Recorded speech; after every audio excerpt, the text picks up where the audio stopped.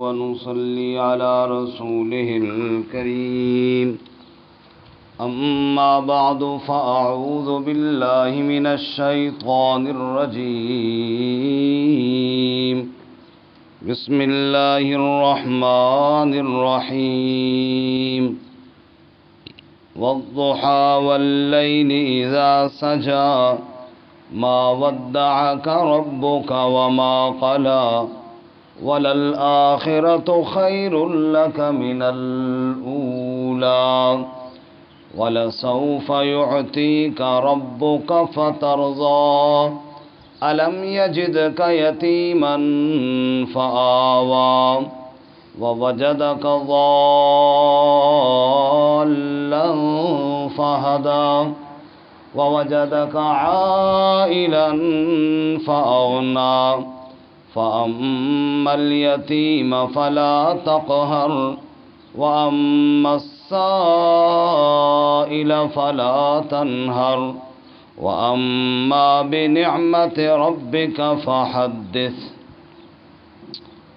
وَالضُّحَى قسم ہے چاشت کے وقت کی، وَاللَّيْلِ اِذَا سَجَى اور رات کی جب وہ چھا جائے، ما ودعک ربک وما قلی نہیں چھوڑا آپ کو آپ کے رب نے اور نہ خفا ہوا، وَلَلْآخِرَةُ خَيْرٌ لَكَ مِنَ الْأُولَى اور آخرت بہتر ہے آپ کے لیے پہلی سے، وَلَسَوْفَ يُعْطِيكَ رَبُّكَ فَتَرْضَى اور ان قریب دے گا آپ کو آپ کا رب، پس آپ راضی ہو جائیں گے۔ الم یجدک یتیما فآوی کیا نہیں پایا آپ کو یتیم پس ٹھکانہ دیا، ووجدک ضالا فہدی اور پایا آپ کو محبت میں سرگرداں پس رہنمائی کر دی، وَوَجَدَكَ عَائِلًا فَأَغْنَى اور پایا آپ کو تنگ دست پس غنی کر دیا، فَأَمَّا الْيَتِيمَ فَلَا تَقْهَرْ پس بہرحال یتیم پر سختی نہ کیجیے، وَأَمَّا السَّائِلَ فَلَا تَنْهَرْ اور بہرحال سائل کو مت جھڑکیے، وَأَمَّا بِنِعْمَةِ رَبِّكَ فَحَدِّثْ اور بہرحال اپنے رب کی نعمت کو خوب بیان کیجیے۔ سبحان ربک رب العزت عما یصفون وسلام علی المرسلین والحمد للہ رب العالمین۔ اللہم صل علی سیدنا و مولانا محمد وعلی آل سیدنا مولانا محمد وعلى آلہ واصحابہ اجمعین۔ معزز سامعین، سورۃ الضحیٰ آپ کے سامنے تلاوت کی ہے۔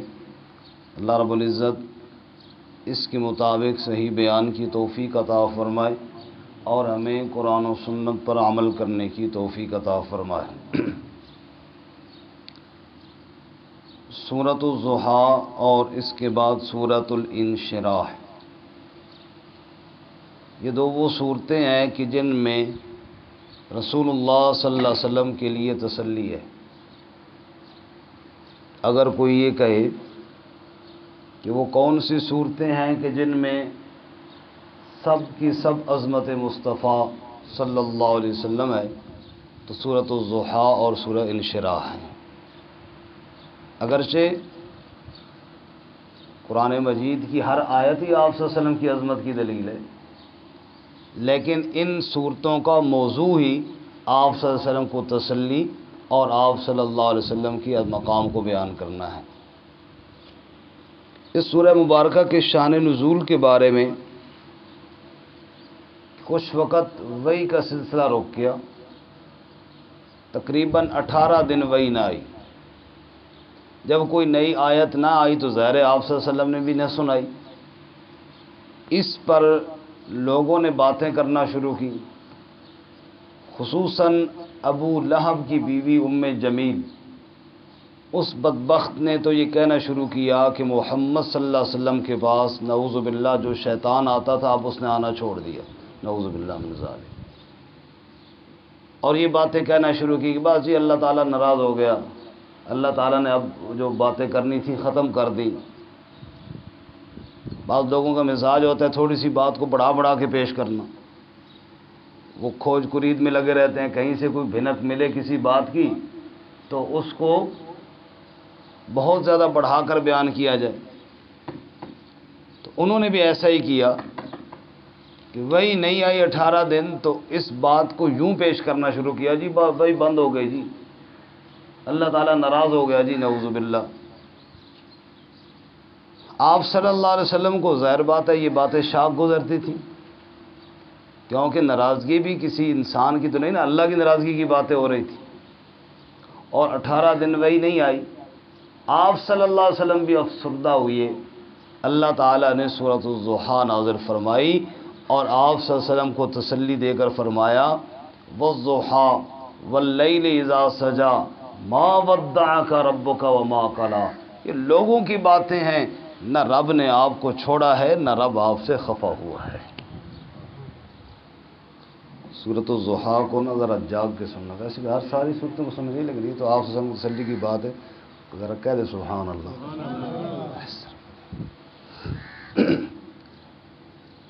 اس لیے ان کے جتنے پروپیگنڈے تھے، ان کی جتنی باتیں اور دعوے تھے، اللہ تعالیٰ نے سورۃ الضحیٰ کے اندر ان تمام باتوں اور دعووں کو جلا کر راکھ کر دیا، اور اللہ تعالیٰ نے بتایا کہ یہ محاذن کی باتیں ہیں میرے محبوب صلی اللہ علیہ وسلم، میں اللہ تعالیٰ آپ سے ناراض نہ ہوں۔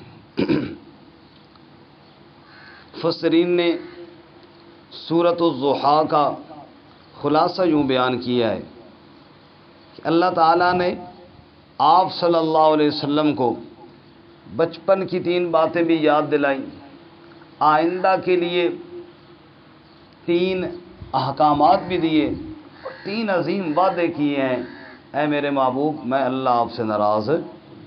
شروع میں اللہ تعالیٰ نے 2 قسمیں کھائیں، ایک قسم ہے ضحیٰ کی، ضحیٰ دھوپ کو بھی کہتے ہیں جیسا کہ ہم نے اس سے قبل پچھلے صورتوں میں پڑھ لیا، اور ضحیٰ خصوصاً چاشت کے وقت کو کہتے ہیں، یعنی 9-10 بجے جب سورج اوپر ہو جاتا ہے، خوب ابھر رہا ہوتا ہے، اس وقت کو بھی کہتے ہیں، اور لیل رات اذا سجا جب چھا جائے۔ اللہ تعالیٰ نے ضحیٰ اور لیل کی قسم کھائی، اس کی مفسرین نے کئی تطبیقات اور کئی مفہومات بیان کیے ہیں۔ مثلا ایک معنی یہ بیان کیا ہے، اے میرے محبوب صلی اللہ علیہ وسلم، جیسے سورج ابھرتا ہے اور روشنیاں ہو جاتی ہیں اور رات کے اندھیرے چھٹ جاتے ہیں اور ختم ہو جاتے ہیں، اے میرے محبوب جو باتیں وہ کر رہے تھے 18 دنوں سے، وہ اندھیری سیاہ رات تھی، اب میں نے وہی کا سورج ابھارا ہے، ان کی تاریکیاں پھیلائی ہوئی ساری ختم ہو جائیں گی اور تو روز روشن کی طرح روشن ہو جائے گا، تیری عزت اور تیرا مقام روشن ہو جائے گا میرے محبوب صلی اللہ علیہ وسلم۔ ایک معنی کہ ضحیٰ آپ صلی اللہ علیہ وسلم کی چہرے کو تشبیہ ہے، اور لیل زلف محبوب یعنی حضرت محمد الرسول اللہ صلی اللہ علیہ وسلم کی زلفوں کو تشبیہ ہے۔ یہ معنی امام راضی رحمۃ اللہ علیہ نے کیا ہے۔ معنی سے مراد یہ مفہوم، اس سے یہ مراد یہ مراد یہ مراد۔ والضحیٰ، اے ابھرتے ہوئے سورج سے زیادہ حسین چہرے والے، واللیل اذا سجا، کالی سیاہ رات سے بھی زیادہ کالی زلفوں والے، ما ودعک ربک وما قلی، جس رب نے اتنا خوبصورت بنایا اس رب نے نہ آپ کو چھوڑا نہ وہ آپ سے خفا ہوا۔ والضحیٰ واللیل اذا سجا ما ودعک ربک وما قلی، اگر اللہ نے آپ کو چھوڑنا ہوتا تو اتنا عظیم آپ کو بنایا نہ ہوتا، اتنا خوبصورت آپ کو سجایا نہ ہوتا۔ جس رب نے اتنا خوبصورت سجایا ہے وہ اللہ آپ کو نہ چھوڑتا ہے اور نہ وہ اللہ آپ سے ناراض ہوتا ہے۔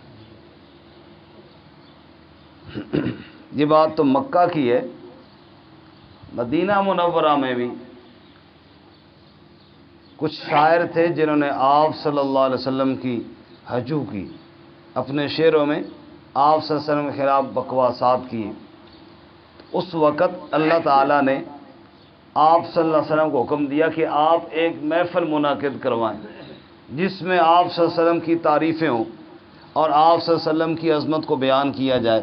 تو رسول اللہ صلی اللہ علیہ وسلم نے مسجد نبوی میں ایک محفل منعقد کروائی اور اس میں آپ صلی اللہ علیہ وسلم نے ممبر عطا کیا اپنے شاعر حضرت حسان بن ثابت کو رضی اللہ تعالی عنہ۔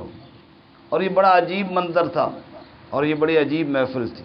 ہمارے یہاں بھی محفل نعت ہوتی ہیں، نعت سننا بڑی ثواب کی چیز ہے، بشرطے کہ گانوں کی طرز پر نہ ہو، جیسے آج کل شروع ہو گئے ہیں کہ پورا جناب گانے کی کاپی کی جاتی ہے، یہ چیز نہ ہو، ورنہ تو نعت نبی صلی اللہ علیہ وسلم اور آپ صلی اللہ علیہ وسلم کی تعریف سننا تو بڑی عجیب اور بڑی شان والی بات ہے۔ خود حضور صلی اللہ علیہ وسلم نے یہ محفل سجائی ہے۔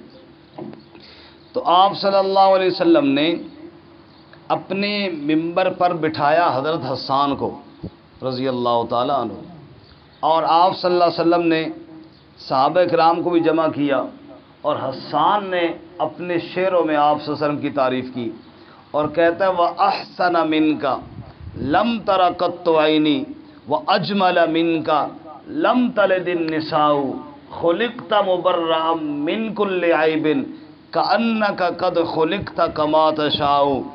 اے آمنہ کے لال، اے عبداللہ کے در یتیم، اللہ تعالیٰ نے آپ صلی اللہ علیہ وسلم کو اتنا حسن دیا کہ جب سے میں نے دیکھنا شروع کیا میری ان دو آنکھوں نے آپ سے بڑھ کر حسین کوئی نہیں دیکھا، اور میری آنکھیں آپ سے بڑھ کر حسین بلا کیسے دیکھتی؟ وہ اجمل منک لم تلد النساء، کہ آپ سے بڑھ کر خوبصورت بچہ آج تک کسی ماں نے جنا ہی کوئی نہیں ہے۔ خلقت مبرأ من کل عیب کأنک قد خلقت کما تشاء۔ اللہ نے آپ کو ہر عیب سے یوں پاک بنایا جیسے یوں لگا کہ اللہ آپ کو آپ کی مرضی کے مطابق بنا رہا تھا۔ ماشاءاللہ، آپ کی خاموشی پہ بھی سبحان اللہ۔ قربان جائیں حضور کے حسن و جمال پہ، قربان جائیں حسان کے شعر پہ، اور قربان ہی جائیں آپ کے خاموشی کے ساتھ سننے پہ۔ ماشاءاللہ، اتنا تو بندہ گڈیاں دخل ہے تو بھی سٹارٹ ہو جانی ہے۔ فرمایا والضحیٰ، شعر تو چار اور حضرت عائشہ کے حضرت حسان کے علاوہ بھی آ رہے تھے لیکن موڈ ہی خراب ہو گیا۔ اس اگر چاچے اور مرنے تک کا موت تو دل ہی چاہیا گیا کیا کہنا فکر کر بھائی موت سر تے کھڑی، مرنا نہیں ہے اس کا مرنا تو ہے ہی، لیکن چاچے جو ہے موت تک ہی نا، بس موت تو ارادہ ہی کینسل کر بھائی نہیں یہ نہیں۔ فرمایا والضحیٰ، قسم ہے چاشت کے وقت کی، واللیل اذا سجا، اور رات کی جب وہ چھا جائے، ما ودعک ربک وما قلی، نہیں چھوڑا آپ کو رب نے اور نہ آپ سے خفا ہوا، بلکہ اللہ تعالیٰ کا تو یہ وعدہ ہے وَلَلْآخِرَةُ خَيْرٌ لَكَ مِنَ الْأُولَىٰ، اے میرے محبوب صلی اللہ علیہ وسلم آخرت بہتر ہے آپ کے لیے دنیا سے، یا دوسرا مطلب بعد والا وقت، ہر آنے والا وقت، من الاولا، پچھلے وقت سے آپ کے لیے بہتر ہی بہتر ہوگا۔ ہر دن آپ کا ترقی کی طرف ہی جائے گا، ہر لمحہ آپ کی شان بڑھتی ہی جائے گی، ہر وقت آپ صلی اللہ علیہ وسلم کی عزتوں میں اضافہ ہوتا ہی جائے گا۔ کتنا اضافہ ہوگا یا اللہ؟ یہ کب تک چلتا رہے گا؟ اللہ نے فرمایا وَلَسَوْفَ يُعْطِيكَ رَبُّكَ فَتَرْضَىٰ، اور ان قریب تیرا رب تجھے دے گا، دیتا رہے گا، اتنا دے گا اتنا دے گا کہ فَتَرْضَىٰ، اے میرے محبوب تو راضی ہو جائے گا، تو خوش ہو جائے گا۔ رسول اللہ صلی اللہ علیہ وسلم سے صحابہ کرام نے پوچھا یا رسول اللہ، اللہ تعالیٰ فرماتے ہیں اتنا تجھے دوں گا میرے محبوب کہ تو راضی ہو جائے گا، یا رسول اللہ آپ یہ بتائیں کب آپ راضی ہوں گے؟ اب یہ تو آپ پر ہے نا کہ اللہ کہتے ہیں آپ راضی ہو جائیں گے اس وقت تک دیتا رہوں گا۔ یا رسول اللہ آپ یہ بتائیں کہ آپ کب راضی ہوں گے؟ سنیے میرے نبی نے ارشاد فرمایا جب میرے گناہ گار امتی جہنم سے نکال کر جنت میں پہنچا دیے جائیں گے تب میں راضی ہو جاؤں گا۔ جب ایک آدمی بھی بشرطے کہ مشرک نہ ہو، کافر نہ ہو، موحد ہو، توحید کو ماننے والا، رسول اللہ صلی اللہ علیہ وسلم کی رسالت کو گواہی دینے والا، گناہوں کی وجہ سے جہنم میں گیا، فرمایا جب تک اس کو نکال کر جنت نہیں پہنچا دیا جاتا تب تک میں راضی نہیں ہوں گا۔ میں تب راضی ہوں گا جب میرے امتی بخشے جائیں گے۔ تو فرمایا وَلَسَوْفَ يُعْطِيكَ رَبُّكَ فَتَرْضَىٰ۔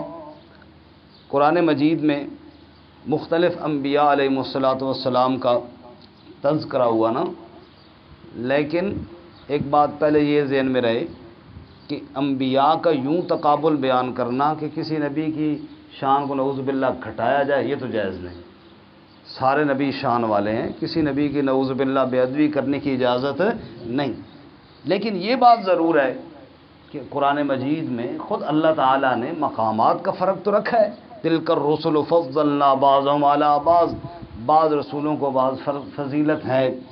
ان میں سے قرآن مجید کی آیات کی روشنی میں ایک بات عرض کرتا ہوں کہ موسیٰ علیہ السلام جب طور پر گئے اور آپ کے ساتھ 70 لوگ اور بھی تھے، تو قرآن کہتا ہے کہ موسیٰ علیہ السلام ان سے پہلے جلدی پہنچ گئے طور پہ۔ تو اللہ تعالیٰ نے سوال کیا وَمَا أَعْجَلَكَ عَنْ قَوْمِكَ يَا مُوسَىٰ، موسیٰ اپنی قوم سے پہلے جلدی تو کیوں پہنچ گیا؟ قَالَ هُمْ أُولَٰئِ عَلَىٰ أَثَرِي، یا اللہ وہ پیچھے آ رہے ہیں، میں نے جلدی اس لیے کی وَعَجِلْتُ إِلَيْكَ رَبِّ لِتَرْضَىٰ، میں نے جلدی اس لیے کی میرے رب تاکہ میری جلدی کو دیکھ کر تو راضی ہو جائے۔ اے اللہ میں نے جلدی اس لیے کی تاکہ تو راضی ہو جائے۔ اللہ کہتے ہیں موسیٰ نے دوڑ لگائی تاکہ میں راضی ہو جاؤں۔ وَلَسَوْفَ يُعْطِيكَ رَبُّكَ فَتَرْضَىٰ، میں نے تجھے عزت دی میرے محمد تاکہ تو راضی ہو جائے۔ سبحان اللہ۔ وَلَسَوْفَ يُعْطِيكَ رَبُّكَ فَتَرْضَىٰ، اور ایک مقام پہ اللہ تعالیٰ فرماتے سورہ انعام میں اولئک الذین ھدی اللہ فبہداہ مقتدہ، اے میرے حبیب وہاں اللہ تعالیٰ نے 18 انبیاء کے نام لیے، اور 18 انبیاء کا نام لینے کے بعد باقی انبیاء کا اجمالی تذکرہ کیا ومن آبائہم وذریاتہم واخوانہم، کچھ ان کے بڑے، کچھ ان کے ہم اثر، کچھ ان کی اولاد میں سے ہم نے سب کو چنا۔ اور پھر آگے اللہ فرماتے ہیں اولئک الذین ھدی اللہ، یہ سارے وہ انبیاء ہیں جن کو اللہ تعالیٰ نے ہدایت کی میناریں بنایا۔ فبہداہ مقتدہ، اے میرے محبوب یہ جتنے بھی نبی ہیں تو ان کی اقتدا کر۔ کیا مطلب؟ اسی سے مقتدی ہے نا، اقتدا کرنے والا۔ امام قیام میں تو مقتدی بھی قیام میں، امام رکوع میں تو مقتدی بھی رکوع میں۔ جو حالت امام کی ہے وہی حالت مقتدی کی۔ امام بیٹھا ہوا ہے تشہد میں، مقتدی بھی بیٹھا ہوا ہے تشہد میں۔ امام سلام پھیر رہا ہے، مقتدی بھی سلام پھیر رہا ہے۔ امام سے پہلے دل کرتا ہے جلدی نکل جاؤں، لیکن جب تک امام سلام نہیں پھیرتا پیچھے بیٹھ کے کھنگورے مارتا رہتا ہے، سلام نہیں پھیر سکتا۔ وہی صفت مقتدی کی ہوتی ہے جو امام کی ہے۔ اللہ نے سارے نبیوں کا تذکرہ کر کے فرمایا اے میرے محبوب فبہداہ مقتدہ، وہ 1.25 لاکھ کم و بیش انبیاء کو جو صفتیں عطا کی نا، وہ ساری صفتیں تیرے اندر نظر آنی چاہیے۔ وَلَسَوْفَ يُعْطِيكَ رَبُّكَ فَتَرْضَىٰ، اتنا دیا، وہ ساری صفتیں اللہ نے اپنے محبوب صلی اللہ علیہ وسلم کو عطا کی۔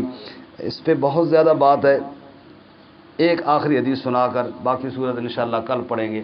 رسول اللہ صلی اللہ علیہ وسلم نے ارشاد فرمایا فضلت علی الانبیاء بست، دیکھو آپ صلی اللہ علیہ وسلم تمام انبیاء سے افضل ہیں۔ وہ افضلیت کس بات میں ہے خود آپ صلی اللہ علیہ وسلم نے بتایا. حضور فرماتے ہیں فضلت علی الانبیاء بست، 6 باتوں کی وجہ سے مجھے اللہ نے باقی انبیاء پر فضیلت عطا فرمائی. کتنی باتیں جی؟ نمبر 1 اوتی تو جوامع الکلم، مجھے اللہ نے جامع کلمات عطا فرمائے. جو لوگ بات گھنٹہ کر کے سمجھاتے ہیں، آپ صلی اللہ علیہ وسلم 2 لفظوں میں سمجھا دیا کرتے. تورات کا خلاصہ 2 لفظوں میں بیان کیا. وَآتَيْنَا مُوسَى الْكِتَابَ وَجَعَلْنَاهُ هُدًى لِبَنِي إِسْرَائِيلَ اللہ تتخذوا من دونی وکیلا، یہ سارا خلاصہ تورات کا بیان کر دیا. تو آپ نے پہلی صفت اور پہلی فضیلت اپنی یہ بتائی کہ مجھے جامع کلمات عطا فرمائے. نمبر 2 حضور فرماتے ہیں احلت لی الغنائم، میرے لیے غنیمتیں حلال کر دی گئی ہیں. جہاد ہوا، مال غنیمت اکٹھا ہوا. اسی طرح قربانی کا گوشت، یہ پہلے ایک مقام پر رکھے جاتے تھے اور بجلی آ کر ان کو جلا دیتی تھی، استعمال کرنے کی اجازت نہیں ہوتی تھی. اب کیا ہے کہ جناب قربانی کا گوشت اب بھی ہماری فرج توبہ کر رہی ہیں، بھرا ہوا ہے. اور اسی طرح جہاد میں مال غنیمت بھی مجاہدین میں تقسیم ہوتا ہے. یہ عظمت اور فضیلت اللہ نے حضرت محمد صلی اللہ علیہ وسلم کو عطا فرمائی، ورنہ جائز ہی نہیں تھا. نمبر 3 آپ نے فرمایا نصرت بالرعب، رعب کے ذریعے میری مدد کی گئی ہے. میرا مد مقابل، میرا مخالف جتنا مرضی پہلوان کیوں نہ ہو، جب میرے سامنے آئے گا نا اس کے اوپر میرا رعب طاری ہو جائے گا. یہ آپ کی فضیلت ہے. اور نمبر 4 جعلت لی الارض مسجدا و طہورا، یہ ساری زمین اللہ تعالیٰ نے میرے لیے سجدہ گاہ بھی بنا دی ہے، طہارت کا ذریعہ بھی بنا دی ہے. امت محمد صلی اللہ علیہ وسلم کا کوئی فرد اگر وضو کرنا چاہے اور پانی نہ ملے تو زمین اور مٹی کے اوپر ہاتھ مار کے تیمم کرے، اللہ اس کی ہڈیوں کو بھی پاک فرما دیں گے. اور جہاں مرضی سجدہ کرے، جنگل بیابان ہے، دور دور تک مسجد دکھائی نہیں دیتی، بس سجدہ کرے تو زمین اس کے لیے مسجد بن جائے گی. اور نمبر 5 ارسلت الی الناس کافہ، مجھے اللہ تعالیٰ نے پوری کائنات کا رسول بنایا ہے، ایک قوم کا نہیں. بعض دفعہ تو یہ ہوتا ہے ادھر ایک قوم ہے اس میں رسول ہیں، ادھر ایک قوم ہے ایک اور رسول ہے. زمین کے اندر کئی اقوام تھیں اور کئی رسول ہوتے بیک وقت، لیکن آپ صلی اللہ علیہ وسلم کو قیامت تک آنے والی ہر قوم کا رسول ہے. کوئی عرب ہے، کوئی عجم ہے، کوئی جہاں بستا ہے، پوری کائنات میں ہر قوم کے لیے اللہ نے مجھے رسول بنایا صلی اللہ علیہ وسلم. اور نمبر 6 اور آخری بات کہ وَخُتِمَ بِيَ النَّبِيُّونَ، اللہ نے میرے سر پر صرف نبوت کا تاج نہیں، ختم نبوت کا تاج سجایا ہے.